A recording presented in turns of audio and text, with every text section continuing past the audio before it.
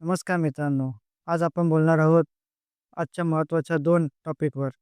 भारत-US trade डीलबद्दल आणि quarter 3 रिझल्टबद्दल. तर चला सुरुवात करूया. तर ट्रम्प यांच्या घोषणेनुसार अमेरिकेने भारतीय वस्तूंवरचा टॅरिफ 25% वरून 18% करण्याचा निर्णय घेतला आहे. यामुळे भारतीय कंपन्यांना अमेरिकेत निर्यात करणं स्वस्त पडू शकतं. भारत काही अमेरिकन उत्पादनावर झिरो टॅरिफ म्हणजे 0% आयात करू लागू करेल. भारत अमेरिकाकडून 500 बिलियनपेक्षा जास्त किमतीची खरेदी करेल, ज्यात डिफेन्स, एनर्जी, ॲग्रीकल्चर आणि टेक्नॉलॉजी यांचा समावेश असेल.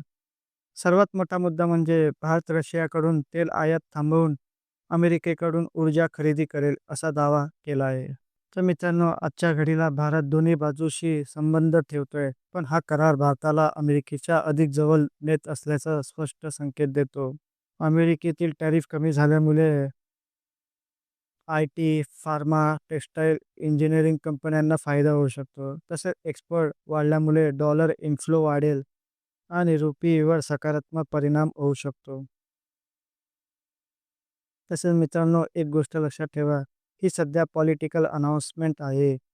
फायनल ॲग्रीमेंटचे डिटेल्स अजून समोर आलेले नाही. हा करार भारतासाठी मोठी संधी आहे आणि मोठे आव्हानही आहे. तसेच काल जाहीर झालेल्या या डीलवरून आज निफ्टी 50 25,736 अंकावर म्हणजे 639 पॉइंट आणि 2.55% वर मोठी जंप मारली आहे. तसेच या डीलमुळे आजच्या मार्केटवर निफ्टी 50मध्ये मोठी तेजी पाहायला मिळाली आहे. तर निफ्टी 50मध्ये 25,727 अंकावर पोहोचून 2.55% वर क्लोज झाला आहे. तर मित्रांनो, आता सुरू करूया आपण क्वार्टर 3 रिझल्ट. आता आपण पाहणार आहोत क्वार्टर 3 रिझल्ट. तर सुरुवात करूया अदानी एंटरप्राइजेसपासून. तर क्वार्टर 3 फायनान्शियल सर्व्हिसमध्ये कंपनीचा नेट प्रॉफिट थेट 56,270 कोटीवर पोहोचला आहे. म्हणजे जवळपास 90 पट वाढ झाली आहे. पण हा नफा कुठून आला? तर हा नफा AWL ॲग्री बिझनेस म्हणजे अदानी विल्मारमधील हिस्सेदारी विक्रीतून मिळालेल्या वन टाईम एक्सप्रेशनल गेन्समुळे आला आहे. तसेच अदानी एंटरप्राइजेसने 24,930 कोटीचा राईट इश्यू यशस्वीपणे पूर्ण केला आहे. तसेच नवी मुंबई इंटरनॅशनल एअरपोर्टचं कमेन्समेंट हा प्रोजेक्ट पुढील काही वर्षात स्टेबल कॅश फ्लो देऊ शकतो. आता पुढील बातमी बजाज फायनान्स. तर बजाज फायनान्सने ग्रॉस एन-पी-ए 1.21% इतका असून नेट एन-पी-ए 0.47% म्हणजे क्वार्टर ऑन क्वार्टर इम्प्रूव्हमेंट दिसत आहे.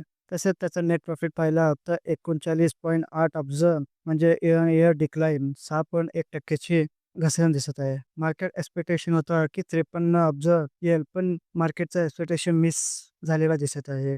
तसेच त्याचा रेव्हेन्यू 18.3% म्हणजे इयर ऑन इयरने वाढून 186 अब्ज इतका झाला आहे. आता पुढील बातमी म्हणजे मोबिक्विक. त्याचा पॅट प्रॉफिटेबल झाला आहे. तर पॅट पाहिला तर 40.48 दशलक्ष म्हणजे मागील वर्षी 552 दशलक्ष लॉस इतका आहे. तसं एबिडिटा पाहिला तर 149.72 दशलक्ष. आता पुढील बातमी अदानी पोर्ट्स. तर अदानी पोर्ट्सने फायनान्शियल सर्व्हिसची गायडन्स अपग्रेड केली आहे. त्या एबिडिटा पाहिला तर 228 बिलियन म्हणजे प्रिव्हियस एस्टिमेटपेक्षा 8 बिलियन जास्त आला आहे.